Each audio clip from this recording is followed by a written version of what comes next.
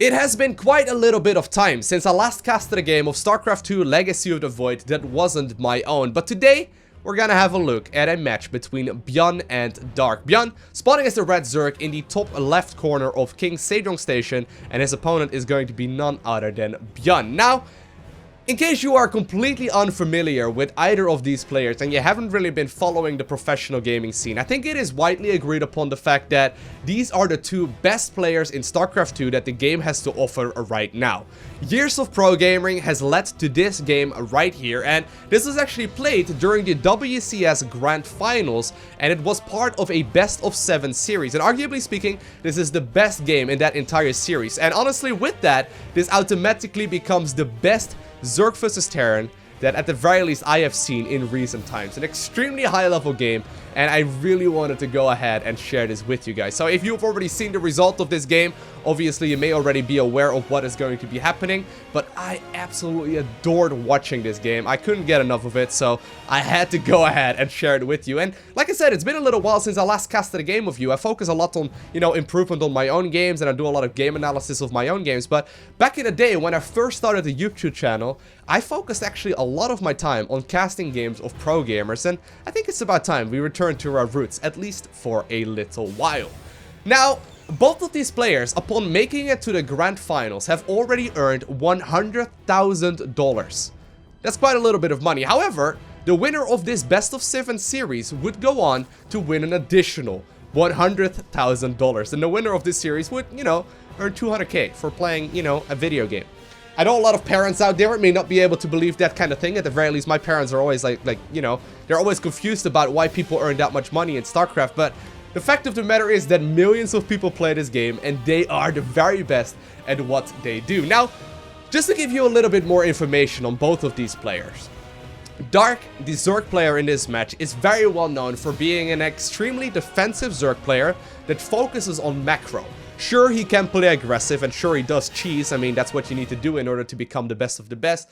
But really what it all comes down to is that he's an extremely powerful macro player, and on maps like King Sejong Station, where there are a lot of maps or a lot of bases up for grabs, usually he will focus on the style that he prefers, and that is to simply sit back, defend against the Terran player for as long as he needs to, and eventually overrun them.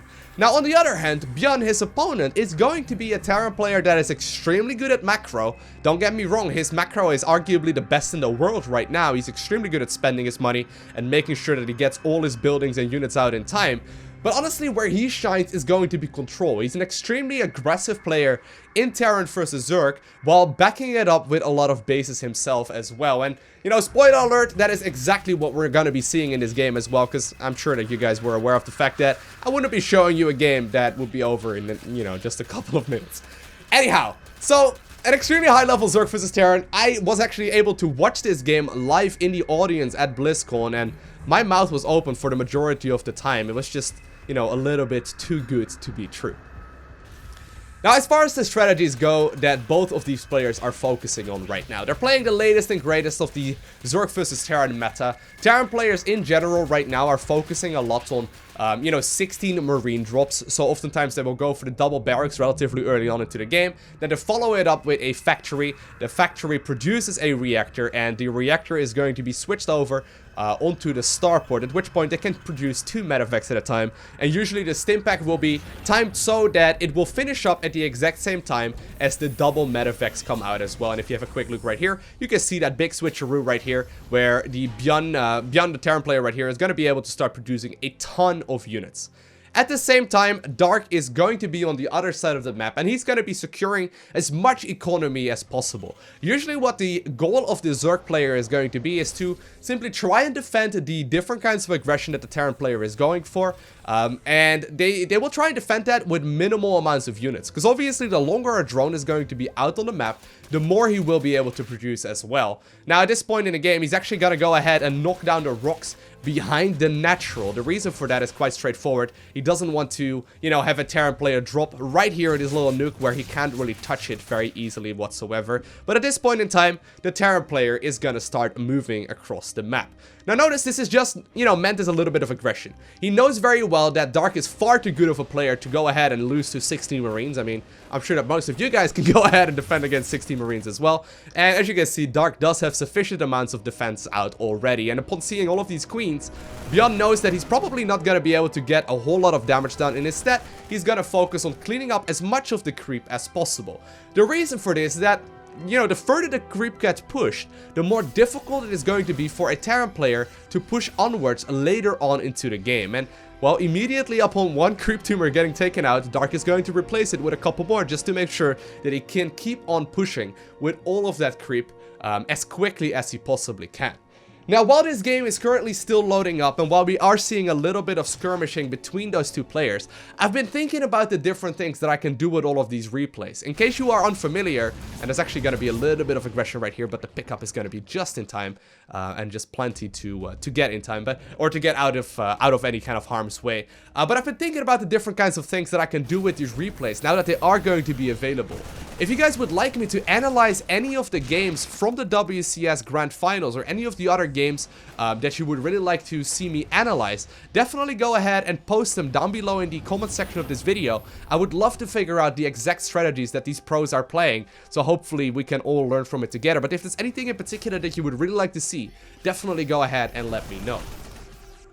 In the meantime though, the Zerg player has managed to drone up quite a little bit. If you have a look at the income tab, you can see that he's got slightly more economy. Now, siege tanks are starting to join this fight, and, well, ByuN definitely knows that those are going to be very powerful, in particular against these unupgraded banelings. They're just about to finish up their +1 carapace, which allows these siege tanks to, at the very least, not one-shot them just yet. But these players are starting to take out a whole lot of damage to each other. The Marines are trying to stim backwards so the banelings cannot connect with them quite as easily, and at the same time, these siege tanks were trying to target fire down all of the banelings. And actually a beautiful move right there. Once again, you can see that's the difference right there between like a regular, so to say, pro gamer and one of the very best in the world. Those siege tanks and those Marines were manually target firing down the banelings while microing backwards as well. Extremely accurate clicking by both of these players, and while they didn't really get, you know, a whole lot of damage done because, you know, Dark's control was a little bit too good right there as well, continuously target firing down the medevac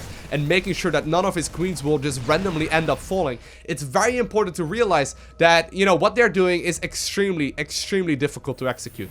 While the fight is going on behind the natural, the Zerg player has meanwhile found time to run a couple of his Zerglings towards the other side of the map, knowing that he's going to be defined, at the very least as far as defending goes right now for the moment. Now, the Baneling upgrade is not quite done just yet, so that does mean that these Banelings are still going to be rather slow. He is going to be forced to connect with a couple of the siege tanks there, and they do end up falling. At the same time though, the Zerglings that were initially meant for run-bys have returned to the middle side of the map as well, after realizing that the third base was not quite down just yet. Now, what does that mean? Well, right now Dark saw that ByuN was committing very heavily into that aggression. And would I say that ByuN managed to get his value out of it? I mean, if you have a look at the workers killed count, only a single worker went down in this entire game. Dark has been defending this pretty much as perfect as you can. The entire goal of this early game push from ByuN and the entire early game play of ByuN was to try and delay the economy of Dark. And while he managed to do so for just a little bit, and he's cleaned up some of the creep and he's slowed him down at the very least as far as that progression goes, he did not kill any of the economy. And at the same time, he's once again gonna start pushing. One of the medeffects does get sniped there. Beautiful snipe.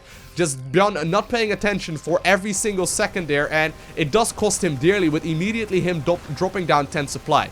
Now, Liberators have arrived in the natural of Dark, and he's going to be forced to defend against this as best as he can. The Queens are going to be able to outrange them quite easily, but there's not really any kind of proper hard counter for those Liberators out on the map just yet. And we do need to know what kind of strategy Dark has in mind for the later stages of the game. So far, you can see the clash of these two styles is extremely interesting. Stats or Dark rather, allowed to play exactly the way he wants it to. He's just simply sitting there defending all of the different kinds of aggression, and ByuN is trying to really deal all of the aggression, but not really getting a whole lot out of it just yet. Got Dark though continuously running by with as little amounts of Zerglings as possible. You gotta keep in mind, these are nearly +2/+2 upgrades, so that does mean that if, you know, these 8 Zerglings that are currently just hanging out over here are gonna be able to get a nice lit in. Oh, actually, sneaky little Baneling morph there does get scouted almost immediately, and, you know, ByuN is going to be able to take him out. But you gotta keep in mind, like, if they connect with a couple of SCVs in the mineral line, that is immediately gonna spell GG for those SCVs, and 20 SCVs go down to 8, you know, 8 Zerglings may sound unheard of, but it happens all the time, in particular to weaker players. The double medevac drop once again happening towards the eastern side of the map, but at the same time, there is a massive push pushing through the middle, once again going to behind the main base of the Zerg player. Liberator also starting to join this fight. You can see these engagements are gonna go down in several locations at once right now. Usually, if you watch lower level players play this game, there's only gonna be a single engagement. But while this is going on, there's a Liberator behind the third base that is being defended right now by Dark at the same time as this engagement at the front is going down as well. He managed to pull the drones away at the very least for the time being, but at the same time, there's a drop going on at the other newly acquired fourth base. These pushes are extremely difficult to keep track of because the Terran player is just continuously trying to harass the Zerg, and while he's connecting with a couple of the workers, so far minimal amounts of losses have gone down. Sure, it's 11 workers, but it's 11 workers, you know, 10 additional workers right as the, you know, 5 bases or 4 bases rather are already going to be saturated. That does mean that they are going to be extremely easy to be replaced right now, and at the same time the drop gets cleaned up as well. Liberator still going to town. It's got a lot of kills, actually 19 kills in total. Probably, if we are being real critical, there could have been a little bit of a better defense in that regard. But you can see, macro-wise, even though minimal drones were lost, ByuN somehow, someway managed to secure himself an advantage as far as the work, or as far as the supply counts go. At the same time though, the Zerg player has managed to tack up towards the hive. The infestation pit did go down quite a little bit earlier, and the ultra cavern just now finished up.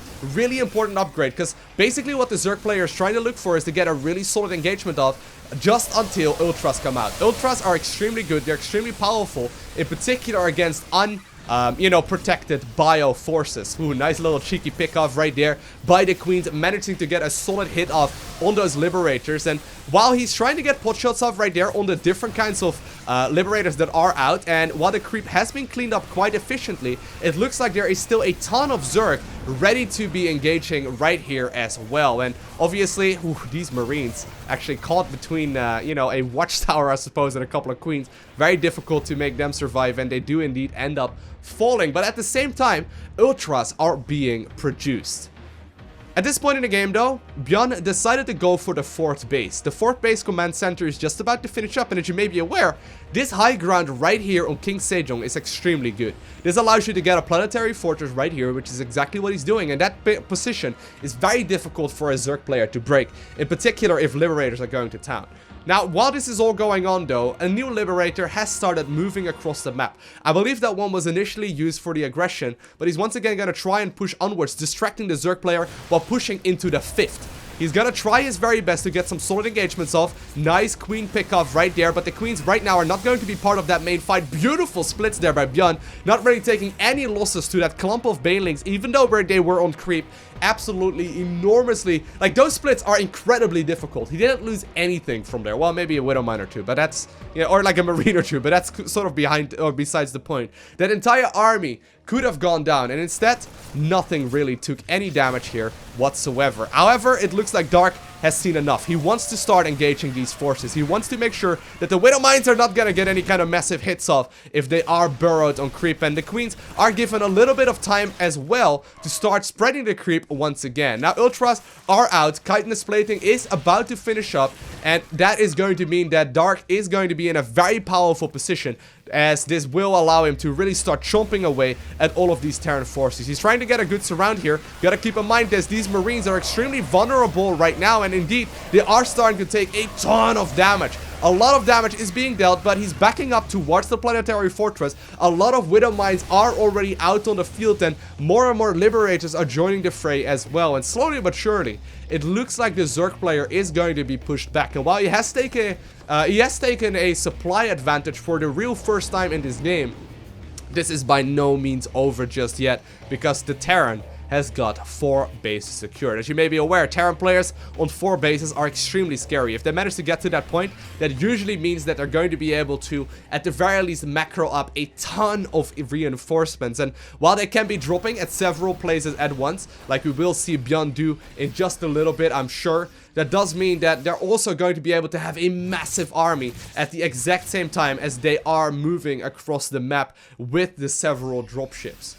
Now, a lot of upgrades are still going down. We do see the Adrenal Glands finishing up, Spire on the way as well, so we could see a potential Broodlord switch here from Dark if the Liberator count gets a little bit too high. Obviously, Ultralisk usually used as sort of like an attacking force instead. In this particular instance, we see the Ultralisk being used as a defensive unit. He's gonna use it to clean up as many of these drops as possible, and with Adrenal Glands just about to finish up, Dark is going to be in a powerful position, but ByuN not holding back himself. He just did take a nice engagement next to the Queens as well as the Ultralisk, a absolute minefield right there. If the Zerg player walks into that, that could, you know, that could immediately spell disaster. But somehow, some way, ByuN managed to crawl himself back up as far as the, you know, the supply counts go, and it looks like he is willing to push once again. Now look at the top left, or the top right corner of the map rather. There's a ton of Terran forces moving everywhere. He can engage anywhere he wants to, and while, you know, what Dark is trying to do right now is focus on one engagement, this is not being allowed at all by ByuN. ByuN is trying to move across the map with several forces at once, and Dark is forced to split up his units as well. This Ultralisk would love to join a main fight that is almost imminent at this point in time, since the Liberators are pushing onwards. Corruptors are on production tab. They're gonna be moving onwards. There's actually a couple of Vipers out right now as well. Now, Vipers are great as they can abduct any of the, you know, sieged up Liberators right now. The Liberators would immediately be unsieged if that is going to be the case, and it looks like the Zerg and the Terran player forces are just about to clash. Both are maxed out, both are fully upgraded, or at the very least nearly fully upgraded. Both have counters to each other's army, so really what this all comes down to is control right now, and we do see that all of the Vipers are coming in. They're using their yoinks to get rid of all of the siege Liberators. A lot of them do get picked off, and it looks like the Queens are gonna be able to transfuse all of these Ultras, at the very least, to make it to the other side of where all these bio forces are going to be located. But it looks like there's just a little bit too much bio. The Zerg does have quite a couple of forces left over. Both players are reinforcing like absolute mad, but this is a very low HP Terran army, and while the Zerg forces are practically gone at this point in time, there are still so many Widow Mines here out on the field that cannot be seen. The last Overseer got killed just now, and if you're not careful right now, those Widow Mines are once again going to be able to charge. They're going to start dealing a lot of damage. The Terran forces are going to push onwards. The Queens far out on creep are going to be picked off as well. And for the first time in this game, I would say that ByuN took a severe advantage. Obviously, he's got to be careful, as his army is extremely vulnerable. All is very low HP. He does not have any medevacs left over that get energy either, so these units are gonna be at low HP for the time being, and he's actually forced to, instead of focus on Liberator player right now, he's gonna be forced to make more medevacs instead. Corruptors are out. We don't see a Great Aspire just yet, but it looks like Dark has decided that he has got enough forces to once again start pushing onwards. The Liberator count has been cleaned up quite effectively. That does mean that... Ooh, nice split there, actually. That does mean that these units are not in nearly as scary of a position anymore, but against proper, you know, kites from the bio army will still be able to deal with these Ultras just fine. But at this point in the game, ByuN is desperately trying to get his army back together. The one unit that you don't want to lose as a Terran player is going to be the medevac, and while you can produce several of them at once, it is going to be a very, very scary force. A lot of mules did just land at the newly acquired 5th base as well. And while Zerglings are making their way to that 5th base, and he is aware of the fact that it's up right now, there's very little that Dark can do at this point in the game. He's got his forces, he's got a powerful army, he's got, you know, most of the Terran forces cleaned up, but he knows very well that he's up against the strongest Terran player in the world, and he's up against one of the very best macro players in the world. If he trades inefficiently at this point in time, that immediately does mean there's some one random SCVs right there. Ooh, sorry, Mr. SCV, that was painful. But if he misengages once, that does mean that this game is going to be over. And it looks like he has found a vulnerability, at the very least for the time being, but he does decide to move back once again. A couple of banelings being picked off for practically free. Once again, under, you know, the Liberators, they're going to be in a pretty safe position, but it looks like he's going to be pushing onwards anyway. A lot of the Ultras making it to the other end. The Corruptors dealing a lot of the damage to the Liberators. There's a couple of missile turrets going down as well, and ByuN is desperately trying to micro back all of his forces. Nice splits once again, and this does allow him to, at the very least, clean up all of the Ultralisk, but not without cost. Pretty much all of the SCVs and the mules and whatnot that were mining at that newly acquired 5th are now gone, and Dark manages to, at the very least, even up the economy quite a little bit. As you can see, 73 Harfesters versus 40. Now, there are quite a lot of command centers with orbitals on them, so that does mean that he will be able to land the mules, but he's definitely in a powerful position. Well, speak of the devil, a lot of mules are immediately gonna land. It looks like there'll be one Ultralisk here trying to get at least a little bit of counter damage done. The entire top side of the map has been taken by Dark. Dark is going to be able to start mining very, very easily here, but you gotta keep in mind he just threw his entire army away in favor of about 20 or so SCV kills, and I don't know if that was worth it. I don't know if that is going to be something that he can come back from. At the same time, though, a lot of Zerglings have made it to the other side of the map. He's going to be forcing the Terran player, you know, back home, or he's going to be losing all of these forces, all of these SCVs right here, and it's going to prevent him from making any additional forces. It looks like, though, ByuN has not really turned around. He does have reinforcements coming in that he can be defending this with as well, but ByuN is pushing. He knows that this base could very well go down, and Dark is also aware of that fact. He has decided to revert the changes, and he's immediately gonna move the the drones rather from the mining 5th to the newly acquired well, actually, there's no really new bases to acquire anymore at this point in the game at all. There's only a limited amount of economy, and these Ultras, as well as, or the one Ultra rather, as well as all of the Zerglings that were here just a second ago, are cleaning up all of the forces. Massive engagement going down once again. Dark picking up the supply advantage right here, but you gotta keep in mind, as Widow Mines burrowed, one miss positioning right there on the Widow Mine does mean that he's immediately going to be able to take them out, and those Corruptors cleaning up as much of this force as possible. A lot of the Liberators have since fallen, but you gotta keep in mind only 28 SCVs remaining for the Terran at this point in the game. But there's still quite a powerful force here. Widow Mines are still out on the map. You gotta keep in mind that they can do a lot of damage to Ultralisk as well. Even though they're not the premier counter, they can still definitely deal some work.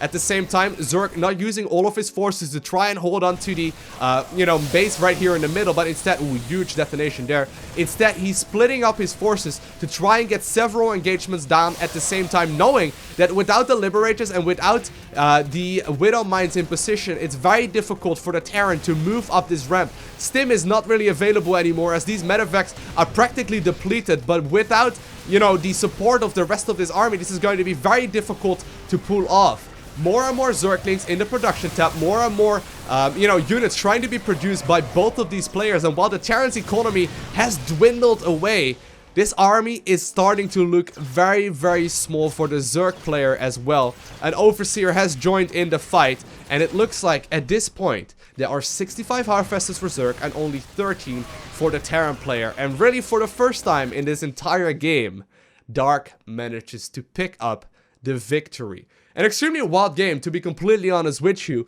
The main reason why Dark ended up winning was just the handful of Zerglings that he had to run by into the 5th of the Terran, as well as that one hero Ultralisk that dealt a ton of damage.